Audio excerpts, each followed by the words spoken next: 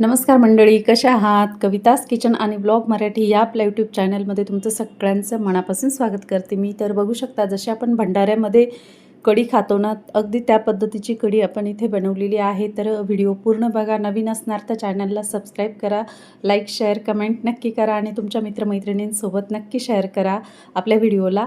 तर बघू शकता किती छान अशी आपली दह्याची कढी बनून तयार झालेली आहे. हिला तुम्ही गुजराती कढी पण म्हणू शकता. चला आता व्हिडिओला सुरुवात करूया.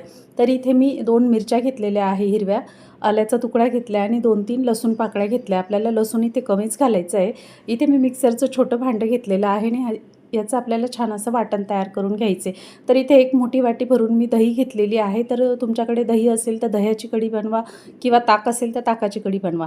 त्यानंतर इथे मिक्सरचं भांडं घेतलेलं आहे. मी मिक्सरच्या भांड्यामध्ये ही दही घालून घेत आहे. तर बघू शकता, तुम्हाला प्रमाण लक्षात आलंच असेल. त्यानंतर याच्यामध्ये आपल्याला 2 चमचे इतकं बेसनपीठ घालून घ्यायचं आहे मैत्रिणींनो. बेसनपीठमुळे आपली कढीची चव खूप छान येते आणि घट्ट पण खूप छान बनवून तयार होते आपली कढी.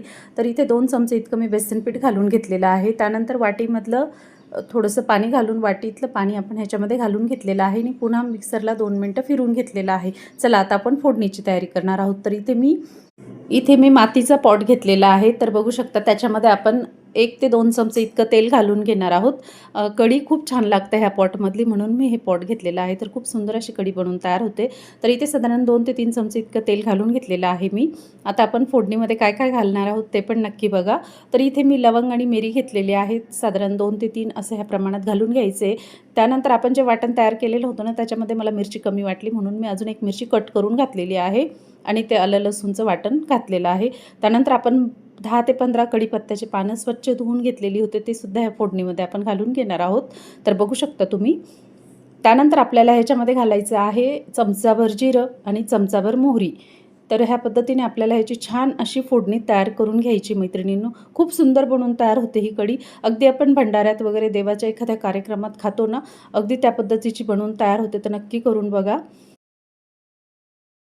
त्यानंतर आपण जे मिक्सरच्या भांड्याला दही फिरून घेतलेलं होतं ना, तर ते आपण दही आणि बेसनपीठ तर ह्या पॉटमध्ये आपण घालून घेणार आहोत. त्यानंतर आपण इथे साधारण चवीनुसार मीठ घालून घेणार आहोत. तर मी इथे 1 चमचा इतकं मीठ घातलेलं आहे. त्यानंतर 2 ते 3 चमचे इतकं आपल्याला गूळ घालून घ्यायचं आहे आणि दही कमी आंबट असेल तर ह्याच्यामध्ये तुम्ही 2 ते 3 अगदी चमचाभर पोहे खायचा चमचा असतो ना, तर अर्धा चमचा इतकं तुम्ही लिंबूसत्व घालू शकता. तर कढीला आंबटपणा छान येतो त्याच्यामुळे. तर मी घातलं होतं, पण मी व्हिडिओ बनवायचं विसरली. तर ह्या पद्धतीने तुम्ही छान असं गूळ घालून उकळून घ्या आणि कढी शेवटपर्यंत चमच्याने मिक्स करत राहा. कारण कढी फुटायचा चान्स असतो, त्याच्यामुळे आपल्याला चमच्याने कंटिन्यूस हलवायची आहे, म्हणजे फिरवत राहायचं आहे चमचा, कारण ती कढी व्यवस्थित होते. नाहीतर मग फुटते कढी जर तुम्ही असंच उकळत ठेवलं. तर बघू शकता, आता छान अशी आपली कढीला अजिबात उकळू येऊ द्यायची नाही आहे. वरून छान अशी कोथिंबीर घालून घ्यायची. इथे गॅस मी बंद केलेला आहे, पण ती पॉट गरम असल्यामुळे ती वरती येत आहे. तर बघू शकता, छान अशी आपली घट्टसर, दाटसर, सुंदर, सुमधुर अशी आपली कढी बनवून तयार झालेली आहे. पुन्हा मी इथे छान अशी कोथिंबीर घालून घेत आहे. तर नक्की बनवून बघा मैत्रिणींनो. तर पुन्हा भेटू आपण एका नवीन व्हिडिओसोबत. तोपर्यंत व्हिडिओ पूर्ण पाहिल्याबद्दल तुमचं सगळ्यांचं मनापासून धन्यवाद.